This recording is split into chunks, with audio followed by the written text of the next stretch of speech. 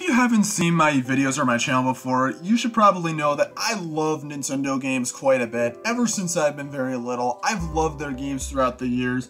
Whether or not you like them or don't, no one can argue that everyone's talked about these games to death before. Some of the greatest games ever. Games like The Legend of Zelda Ocarina of Time, Super Mario Galaxy, Super Smash Bros. Melee, Mario Kart 8, and so many other games. Everyone's talked about them before, everyone loves them, but what about Nintendo's mobile games? Yeah, most people know Nintendo for their games being on, well, Nintendo platforms, but today we're going to be going through some games that have actually been released on mobile devices, or specifically iOS. And it's strange because while these games aren't talked about as much, they do generate quite a bit of revenue, at least some of these games. So I figured today we take a look at some of the mobile games that Nintendo have made throughout time up to the present. However, some of these games have been delisted and discontinued, so there are going to be a couple games on here that I'm not able to play and probably won't be able to say too much about. And also, I'm not going through every Pokemon game that was released on mobile. There were so many Pokemon games, so I'm only going to be taking a look at Pokemon Go because I feel like that was the one that had the biggest impact. But yeah, and also I'm not a big Pokemon person. Sorry, but even so, I hope you learned something today, so let's get started.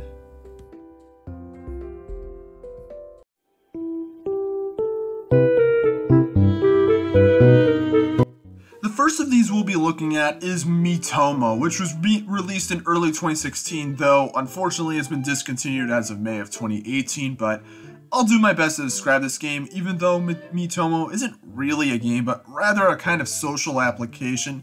Think of Miitomo as a successor to Miiverse, Nintendo's old and discontinued social media. In this, you could create a Mii, gain customization options through microtransactions, meet other people's Miis, take part in answering questions in the most vile way possible, and more. Yeah, the community for this game, if you want to call it that, was very similar to that of Miiverse, which honestly, like, I'd just look it up. There's some really funny answers to some of the questions that Nintendo would post. Though the game was really good and whatnot, it wasn't as much as it could be, as some reviewers at the time thought that the game didn't really have enough for people to keep coming back, which I guess is what ultimately happened as Nintendo removed the game in 2018, considering it a failure. It is sad to see this go away, as this was basically the last of Nintendo's social media. Maybe Nintendo will do something like this again, though considering how cancerous both Miiverse and this game was, maybe we may never see it again. But even so, it still looks like it could have been a fun thing to get into, but unfortunately it was a little too late. So yeah, starting off, things aren't looking the best. But what about the next?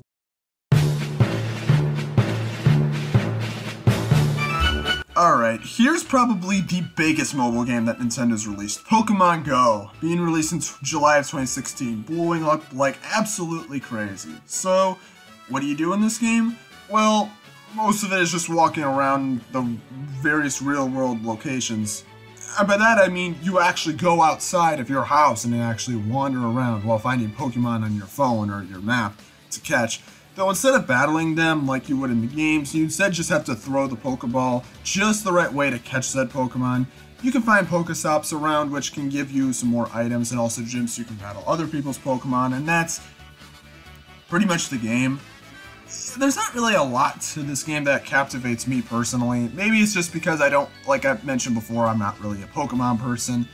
Or maybe it's just I feel that the game just doesn't really have a lot to keep me going, but apparently a lot of people really like the game, as, I mean, this was a big thing back in 2016. I mean, again, Nintendo didn't really have a lot going on that year, so at least there was this success, but honestly, overall, I don't really care too much about this game. There's not really a lot to it, to me.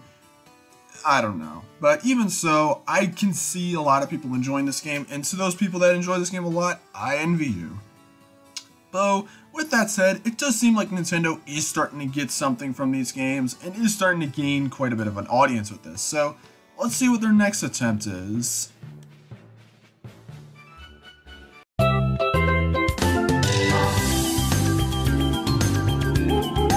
It's about time Nintendo finally did this. Finally releasing in December of 2016 was Super Mario Run, being the very first Mario game to appear on mobile devices. This game is very similar to other endless runners, similar to that of like Rayman Jungle Run as an example. It pretty much is New Super Mario Brothers style graphics, but Mario keeps running and you have to just press the screen to jump at the right time. And really, there's not much else to say about it. It's an endless runner. You basically run to the end of each level. It's automatic. You jump over enemies and stuff like that. You try and collect the purple coins and whatnot.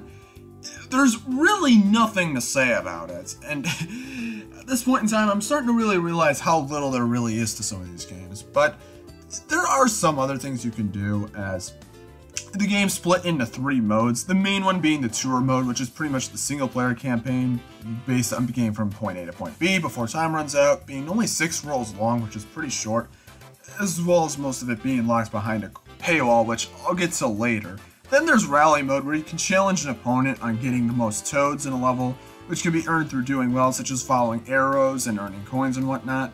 And then lastly, there's Remix 10, where you go through 10 consecutive shorter courses to reach Daisy, with this mode giving you decorations that you can place or use on your main hub.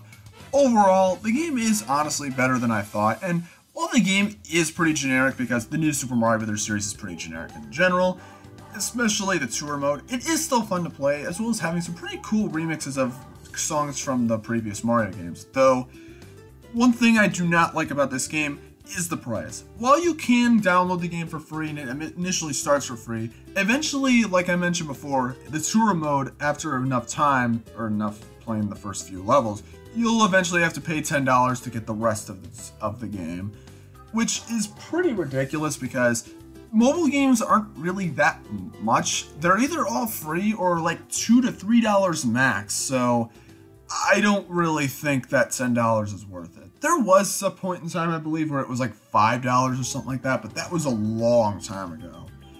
But yeah, I would recommend trying the game if you haven't played it before to see if the game's up your alley, though honestly, unless you really want Mario action on your phone, there really isn't a reason to pay for this game at all, so only really try it if you want to, though I wouldn't recommend buying the game for $10.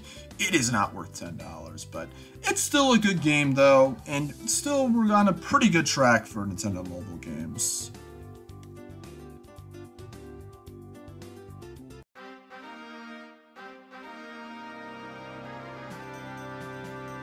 Fire Emblem Heroes. Now, I've already made a review of this game on my channel a while ago, so if you want to check that out, I'll leave an end card at the end of this video, as well as maybe a link in the description. I don't know, because I'm kind of not the best at that sort of thing, but I'll brief you on it here. If you aren't aware, Fire Emblem Heroes was released in early 2017, which more so focused on bite-sized gameplay, much more simplistic than that of the mainline entries, as well as having a focus on summoning heroes to use throughout the battle, which is basically the form of gacha in this game. And if you also don't understand Fire Emblem, basically it's a tactical RPG similar to chess, though I've never played chess before, where you move units around on map to defeat enemies and whatnot, but also making sure that they aren't in a spot where they could likely die. Though unlike Super Mario Run, this game is completely free to play, as you can go through as many missions as you want, with microtransactions existing in the form of getting higher chances on certain summons to get a 5-star, as well as more stamina and more items and whatnot. I know some people may hate the summoning mechanic because it's completely based around luck and chance, and while Nintendo keeps adding more variations to already existing heroes that are fun to earn, they can only be attained through said luck or having like the Heroes Pass, which sometimes gives you a free star if you're choosing after 40 or so summons, though some banners you don't need the pass to do so I don't really know what the deal is with that. So how do you summon more heroes? Well, every time you finish a mission, you'll get an orb or so. And you can get these through like challenges and whatnot, and these are basically what you use to get more heroes and whatnot. And yeah, that's pretty much the game. There's a bunch of main story missions you can go through, quite a bit actually, as well as many paralogs and other special maps and whatnot. But yeah, and when you obtain more heroes, not only does it give you more options for who to use in battle, but also gives you more room to customize them, such as giving them unique skills, and seals which can buff up your best waifus. Now, I've already made a video about this, so I'm not going to go too much into my opinion, though. I think that this is Nintendo's best mobile game. It's fun and simple to play, It has many heroes from various Fire Emblem games, giving you more exposure on the whole series, as well as just being fun sometimes to summon various heroes, only to eventually summon the 5-star you want, which can be really satisfying. I've said it before, but I believe this is the best game for people to play who haven't played the series yet, as it isn't too complex, but it still gives you a good idea of what the series is like. It also gives you a wide variety of characters from throughout the series. That way, it doesn't introduce you just one game, but several games. It also is available on your phone, which everyone has, and it's free, and it doesn't push the microtransactions too much. And also, as a side note, this is the only game on this list that I've actually spent money on. Yeah, real life money. Money I could have used elsewhere. I spent it on this game. So, and I haven't done that sort of thing in like a decade, so if that doesn't show my appreciation for this game, I honestly don't know what will. But yeah, in my opinion, this is Nintendo's best mobile game that they've made yet. But can they keep the momentum or lose it?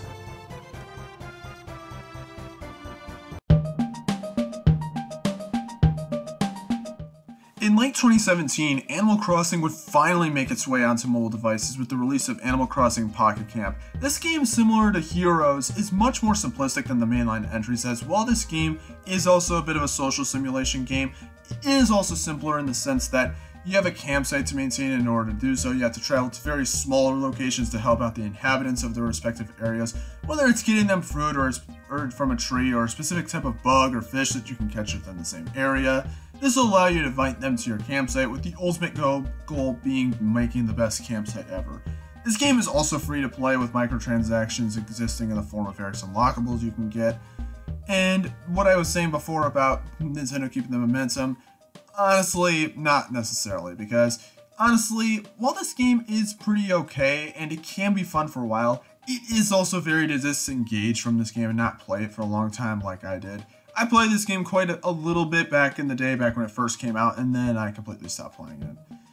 It just doesn't feel the same compared to the other games, like in the Animal Crossing series, because Animal Crossing is a series that doesn't necessarily have a definitive ending, considering Animal Crossing to me has always been about relaxing, not working towards sometimes monotonous tasks. And when this game is just working towards those annoying tasks sometimes, well, not necessarily annoying, but tasks all the time, it just doesn't hold my interest for quite as long. Again, I do understand why some people like the game, as it's an Animal Crossing game that you can play on your phone. It's not too difficult, it's easy without having to turn the TV on or dig out an old handheld out of your closet, but honestly, I'd rather just play a more simple version of a game series that was already pretty simple in the first place. Did anything I say make sense? Yeah, probably not. Point is, Animal Crossing Pocket Camp is a fine enough game, though it's not necessarily something you're going to play for a long time. I'll be honest, I'd play New Horizons more than this, and people love to complain about that game, but that isn't for today. But regardless though, Nintendo's kind of starting to slow down a little bit with their mobile games, so let's see if their next one actually does well.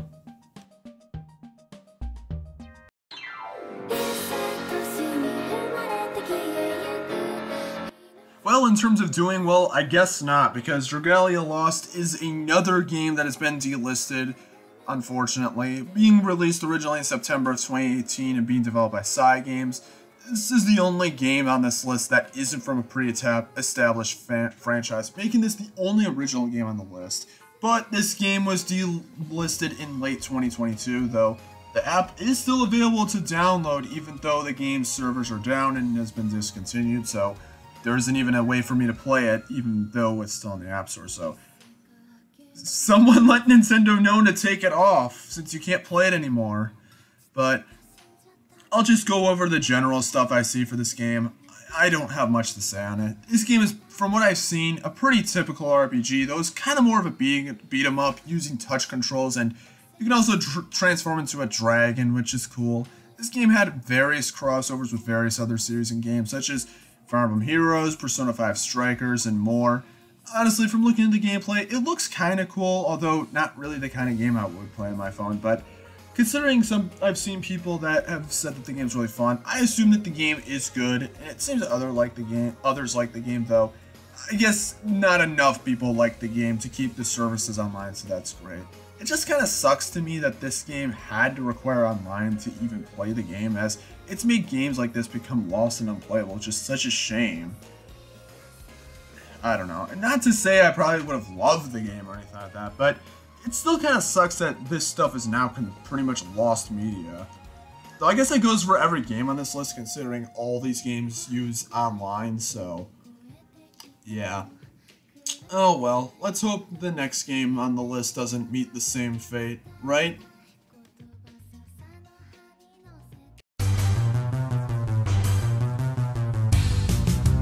So here's another game that Nintendo discontinued I haven't played much of, so I guess let's try talking about Dr. Mario World. Dr. Mario World was released in mid-2019, which would be the most recent entry for the series that already didn't have that many releases in recent years, though this one is a bit different, as when the pills fall, you can use your fingers to rotate and move where the pill will go and what position it'll be in, and in true Dr. Mario fashion, each level is complete when all the viruses are cleared. As someone who doesn't play much Dr. Mario, has never really gotten that much into the series, the little I did play of it was alright, and that's all I can really say about it since the game got discontinued in late 2021, so I can't play it anymore. I guess the only real thing to mention is that they made a lot of characters doctors in this game, like Yoshi, Peach, and even Bowser. Are they even qualified for these positions?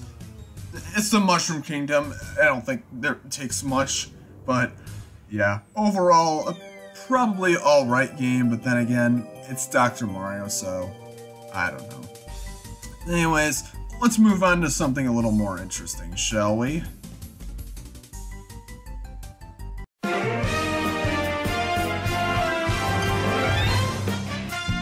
This is probably the most controversial game on this list, Mario Kart Tour. This would be the first mobile Mario Kart game being released in September of 2019, and like I mentioned before, probably the most mixed Mario Kart game the series has ever seen.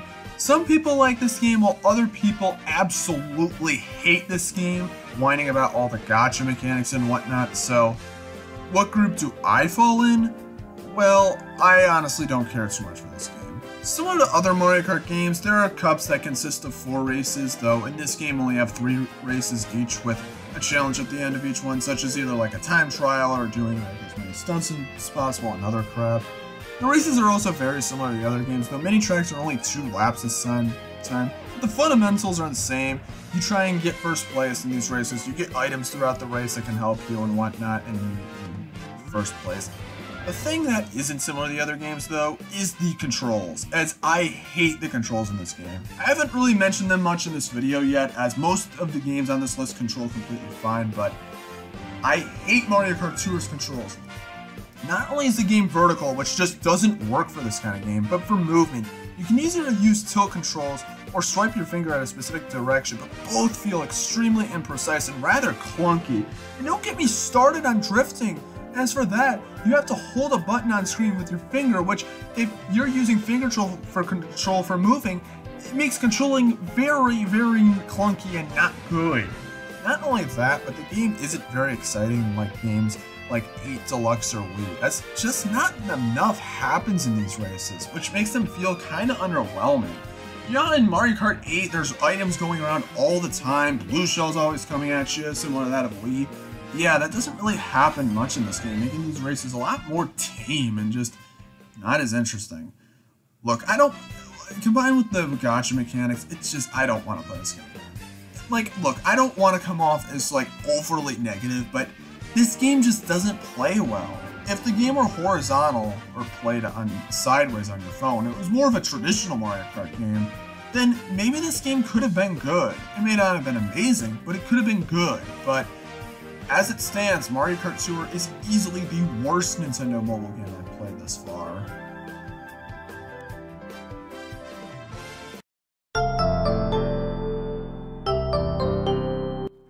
And to end off this list, we have Pikmin Bloom, releasing in late 2021, which this game is pretty similar to Pokémon Go, as you wander around in the real world so you can find more Pikmin and that your Pikmin can find various items and whatnot.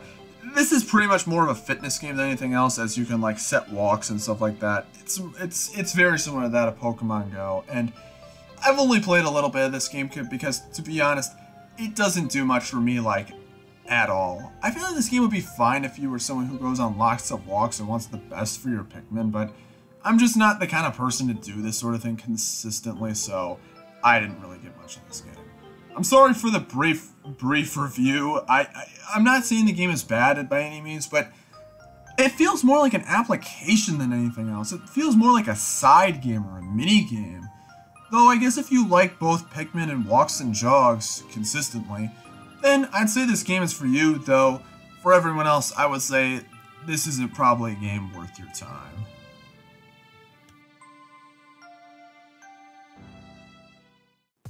And that is a look into everything Nintendo has released on mobile devices, again, aside from some Pokemon games. And these are some brief looks into games. I obviously didn't go into very much detail on these games. And to be honest, it's because there's just not enough to say for some of these games. Some of these games I've only played for maybe an hour or so, and there's just not enough to grade here. Unlike console games, which there's a lot more to them, these are mobile games. These are kind of meant to just be bite-sized kind of games, so there's just not as much for me to say. So if you did feel that the video was kind of light on content, I do apologize on that. And also, just in case you guys want a tier list of me ranking the games, here's a tier list on screen, so there you go. But I hope you guys enjoyed the video. I do plan to do more video essay stuff like this in the future, though it'll might likely be for only one game per video, just because that's going to work a little bit better. But this was still a video that I liked making. This is a video that's been in the making for quite a bit of time, but yeah, I still hope you guys enjoyed, and I hope you learned something new, because I feel like learning something new is always the fun thing, part of this. I hope you were entertained by me rambling on like an idiot, and yeah, so thanks for watching, and I will see you guys next time. Peace out and take care.